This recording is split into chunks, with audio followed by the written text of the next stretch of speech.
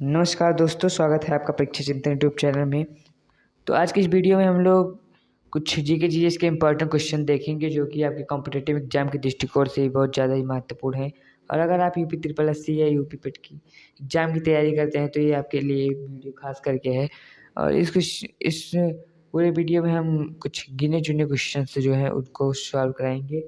तो अगर आप हमारे चैनल पर नहीं हैं तो चैनल को सब्सक्राइब कर लें और वीडियो को लाइक कर दें।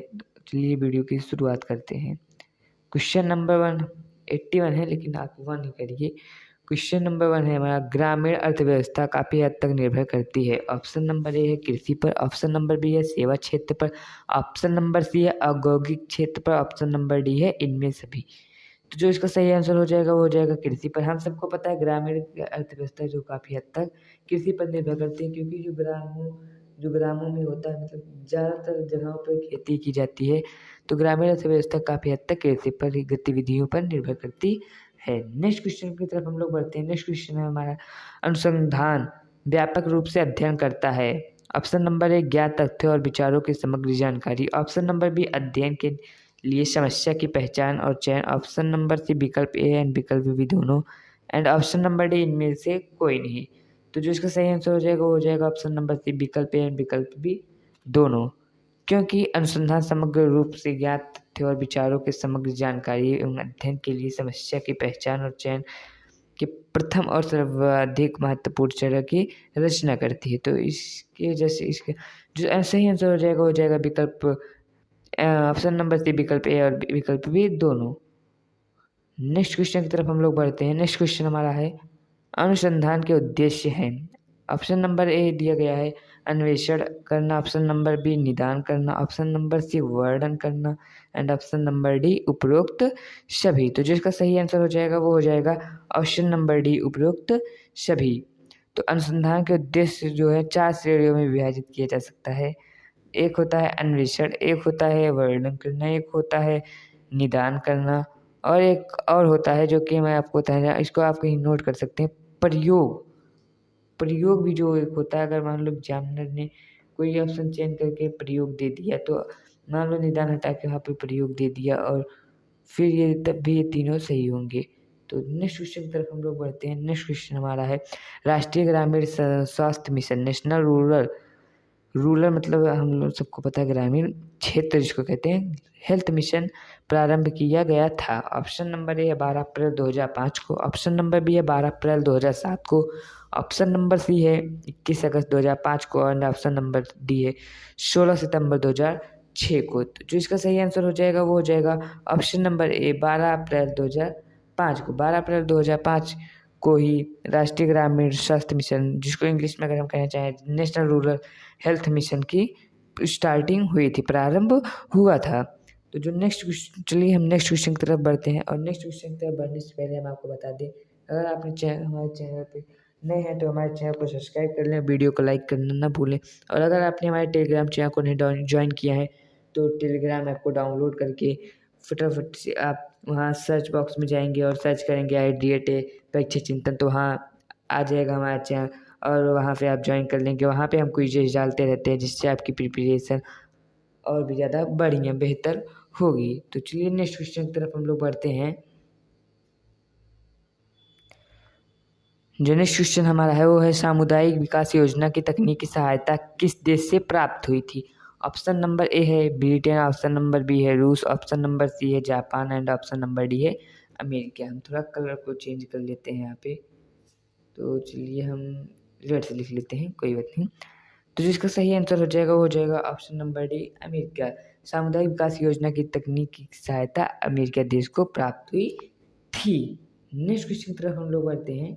नेक्स्ट क्वेश्चन हमारा है, बलवंत राय मेहता समिति ने पंचायती राज व्यवस्था के किस स्वरूप का सुझाव दिया।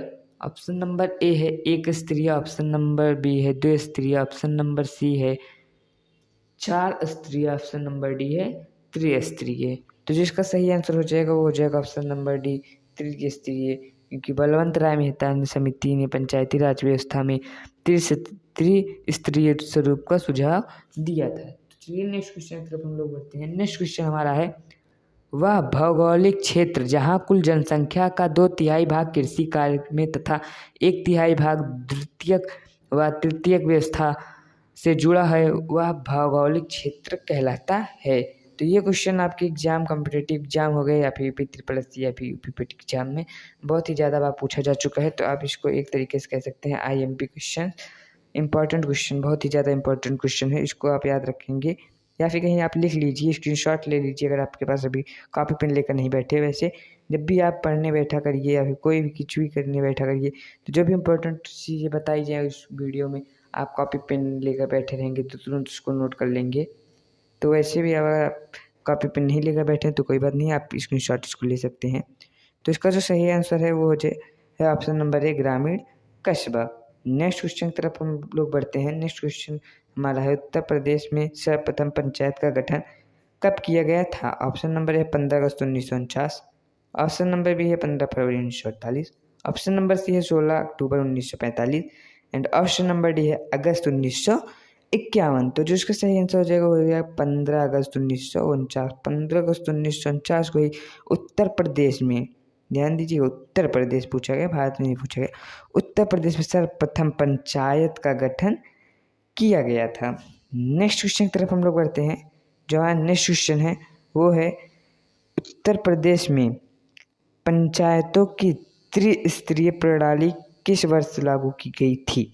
Option number A 1961-62, option number B 1973-74, option number C 1965-66, option number D, एक मिनट हम इसको इरेज कर देते हैं, ऑप्शन नंबर डी 1960-61। तो जिसका सही आंसर हो जाएगा वो हो जाएगा ऑप्शन नंबर ए 1961। उत्तर प्रदेश में, उत्तर प्रदेश यहाँ पर उत्तर प्रदेश में पंचायतों की त्रिस्तरीय प्रणाली 1961-62 में लागू की गई थी।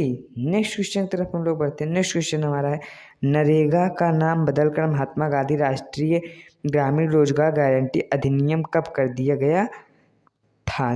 तो ये भी एक तरीके से हमारे लिए बहुत ही ज़्यादा इंपॉर्टेंट क्वेश्चन है। इसका भी आप स्क्रीनशॉट या फिर कहीं लिख लीजिए क्योंकि ये भी क्वेश्चन हमारे कॉम्पिटिटिव एग्जाम में बार बार पूछे जाते हैं। तो जो ये क्वेश्चन है वो है नरेगा का नाम बदलकर महात्मा गांधी राष्ट्रीय ग्रामीण रोजगार योजना गारंटी अधिनियम, माफ़ कीजिएगा, सॉरी, गारंटी अधिनियम कब कर दिया गया? तो जो इसका सही आंसर हो जाएगा ऑप्शन नंबर ए 2 अक्टूबर 2009 को। तो थोड़ा सा अगर आपको कोई आपत्ति हो तो थोड़ा सा हम कलर को चेंज कर लेते हैं। कलर चेंजेस होते रहेंगे तो आपका भी थोड़ा अट्रैक्ट होते रहते हैं, बाकी कुछ नहीं होता ज़्यादा कुछ। नेक्स्ट क्वेश्चन की तरफ हम लोग बढ़ते हैं। नेक्स्ट क्वेश्चन हमारा है प्रधानमंत्री वय वंदना योजना है एक पेंशन योजना, बी ऑप्शन है कृषि विकास योजना, सी ऑप्शन है ग्रामीण रोजगार योजना एंड डी ऑप्शन है कौशल विकास योजना। तो जो इसका सही आंसर हो जाएगा वो हो जाएगा ऑप्शन नंबर ए एक पेंशन योजना। प्रधानमंत्री का जो वंदना योजना है वो एक पेंशन योजना है। प्रधानमंत्री वय वंदना योजना इसको कहा जाता है, ये एक पेंशन योजना है और जो कि मतलब इसका थोड़ा एक्सप्लेनेशन हम कर देते हैं। जो कि 60 वर्ष और उससे अधिक आयु वालों के लिए, उससे अधिक आयु के जो वरिष्ठ नागरिक होते हैं उनके लिए होता है ये। तो आप एक देखिए जो 60 या 60+ जो लोग होते हैं, पीपल होते हैं, उनके लिए ये योजना है, तो उनको मिलती है इस योजना के जरिए पेंशन। नेक्स्ट क्वेश्चन हमारा है वर्ष 2011 में स्वर्ण जयंती ग्राम स्वरोजगार योजना, जिसको हम कहते हैं SGSY, को पुनर्गठित कर नाम कर दिया गया। मतलब जब उसको पुनर्गठित किया गया तो उसका नाम कर दिया गया। ऑप्शन नंबर ए है राष्ट्रीय ग्रामीण आजीविका मिशन, ऑप्शन नंबर बी है राष्ट्रीय परिवार लाभ योजना, ऑप्शन नंबर सी है अन्नपूर्णा योजना, ऑप्शन नंबर डी है मनरेगा। तो जिसका सही आंसर हो जाएगा वो हो जाएगा ऑप्शन नंबर ए राष्ट्रीय ग्रामीण आजीविका मिशन। तो चलिए हम लोग नेक्स्ट क्वेश्चन की तरफ बढ़ते हैं। और ये क्वेश्चन एक तरीके से बार बार कॉम्पिटिटिव एग्जाम में पूछा जा चुका है और हमने जो पिछली वीडियो बनाई थी ये क्वेश्चन हमने 3 से 4 बार सॉल्व करा चुका है। एक बार फिर से क्वेश्चन आया है तो मैं 10 तक काउंट करूँगा। आप लोग अगर इस क्वेश्चन का आंसर दे देंगे तो पता है आपको, तो कमेंट बॉक्स में इस क्वेश्चन का आंसर दे दें। तो चलिए पहले क्वेश्चन हम पढ़ देते हैं। निम्नलिखित में से किस तारीख को प्रधानमंत्री फसल बीमा योजना प्रारंभ किया गया? ऑप्शन नंबर ए है 13 जनवरी 2016 को। ऑप्शन नंबर बी है 1 अगस्त 2016 को। ऑप्शन नंबर सी है 1 मार्च 2016 को। एंड ऑप्शन नंबर डी है 1 अप्रैल 2016 को। इसको भी एक तरीके से IMT क्वेश्चन में लेकर रखिए। तो हम यहाँ आपकी टाइमिंग शुरू होती है अब।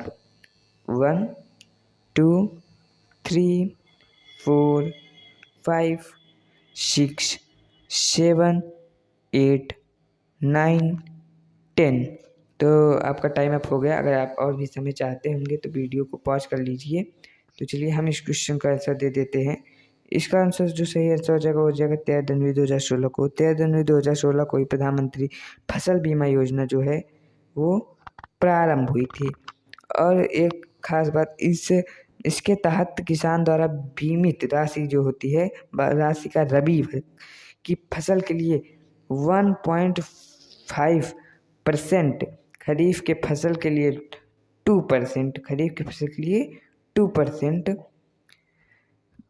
तथा वाणिज्य बागवानी फसल के लिए 5%। इसको ध्यान से सुनिएगा, एक बार फिर से मैं रिपीट कर देता हूँ कि बीमित राशि की रबी फसल के लिए 1.5, जो इरेज करके हम फिर से एक बार लिख देते हैं, जो 1.5 है। एक मिनट, सॉरी, हाँ अब लिखते हैं 1.5।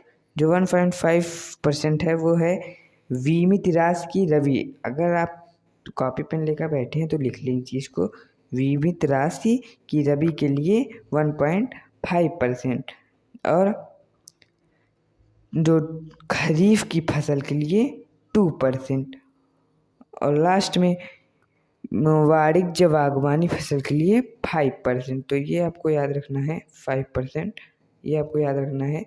तो नेक्स्ट क्वेश्चन की तरफ हम लोग बढ़ते हैं। उम्मीद है आप लोग को समझ में आ गया होगा। अगर नहीं समझ में आया तो वीडियो थोड़ा सा बैक करके फिर से देख लीजिए और कहीं पर नोट कर लेंगे तो ज़्यादा बढ़िया रहेगा। नेक्स्ट क्वेश्चन हमारा है वो आप लोगों के लिए है, सॉरी एक मिनट, ये कहाँ पहुँच गए हम लोग। हाँ, नेक्स्ट क्वेश्चन जो है वो आप लोगों के लिए एक तरीके से है कि निम्नलिखित में से एक बीघा कितने विश्व के बराबर होता है? 20 विश्व, 24 विश्व, 15 विश्व, 16 विश्व। ये उम्मीद करता हूँ आप सभी को पता होगा। अगर पता है तो कमेंट बॉक्स में तुरंत से आंसर दे दीजिए बिना किसी देरी के। और आगे बढ़ने से पहले बता दें, अगर आपने अभी तक हमारे चैनल को सब्सक्राइब नहीं किया तो चैनल को सब्सक्राइब कर दें, और टेलीग्राम चैनल को हमारे ज्वाइन करके आप भी बन जाए हमारे ग्रुप का एक, हमारे फैमिली मेम्बर का हिस्सा। और वहाँ हम क्विजेस डालते रहते हैं, क्विजेस अपलोड करते रहते हैं, इससे आपकी प्रिपरेशन अच्छी होती है। और एक हमारा एक और भी चैनल, ऑफिशियल चैनल है, उस पर डिस्कशन कर सकते हैं। आपको जो डाउट्स आपके आते हैं उसको क्लियर किया जाता है, तो उसके भी लिंक प्रोवाइड करा दिए जाएंगे। नेक्स्ट क्वेश्चन की तरफ हम लोग बढ़ते हैं। नेक्स्ट क्वेश्चन हमारा है, उत्तर प्रदेश में चकबंदी सर्वप्रथम किस जनपद में प्रारंभ की गई थी? Option number A Sitapur, option number B है बहराइच, ऑप्शन नंबर सी है Muzaffarnagar, and option number D है बलिया। तो इसका जो सही आंसर हो जाएगा option number C Muzaffarnagar. Muzaffarnagar में ही उत्तर प्रदेश की चकबंदी सर्वप्रथम जनपद की प्रारंभ की गई थी। उत्तर प्रदेश में ही इसका की गया था, वो भी 1958 में संपूर्ण प्रदेश में लागू हुई थी। 1958। आपको ईयर भी याद कर के रखना है क्योंकि कई बार ईयर भी पूछे जाते हैं। तो चलिए नेक्स्ट क्वेश्चन की तरफ हम लोग बढ़ते हैं। नेक्स्ट क्वेश्चन जो है हमारा वो है, देश में सार्वजनिक वितरण प्रणाली पब्लिक डिस्ट्रीब्यूशन सिस्टम से एक मिनट सर कहेंगे, एक क्वेश्चन हमसे छूट गया, कोई बात नहीं, हम अगली बार कर लेंगे उसको। जो हमारा क्वेश्चन है वो है, देश में सार्वजनिक वितरण प्रणाली पब्लिक डिस्ट्रीब्यूशन सिस्टम से उपभोक्ताओं को मिलता है। ऑप्शन नंबर ए है मिट्टी का तेल, ऑप्शन नंबर बी है खाद्यान्न गेहूँ चावल, ऑप्शन नंबर सी है खाद्य तेल व चीनी, ऑप्शन नंबर डी है उपयुक्त सभी पदार्थ। तो जिसका सही आंसर हो जाएगा वो हो जाएगा ऑप्शन नंबर डी उपयुक्त सभी पदार्थ। तो थोड़ा सा इसको अगर हम एक्सप्लेन 1900 तो चलिए हम पहले ये वाला क्वेश्चन सॉल्व कर लेते 96 का, तो फिर मैं उसका आंसर बताता हूँ, फिर उसको एक्सप्लेन करता हूँ। क्वेश्चन नंबर 96 है, पहली बार कृषि संगणना फर्स्ट एग्रीकल्चर सेंसस हुई थी? Option number A 1968, option number B है 1972, ऑप्शन नंबर सी है 1970, ऑप्शन नंबर डी है 1975। तो इसका सही आंसर हो जाएगा 1970 is the correct answer of this question. Next question हमारा है जो हमने आपको बताया था, देश में सार्वजनिक वितरण प्रणाली पब्लिक डिस्ट्रीब्यूशन सिस्टम से उपभोक्ताओं को क्या मिलता है, एक तरीके से कह सकते हैं।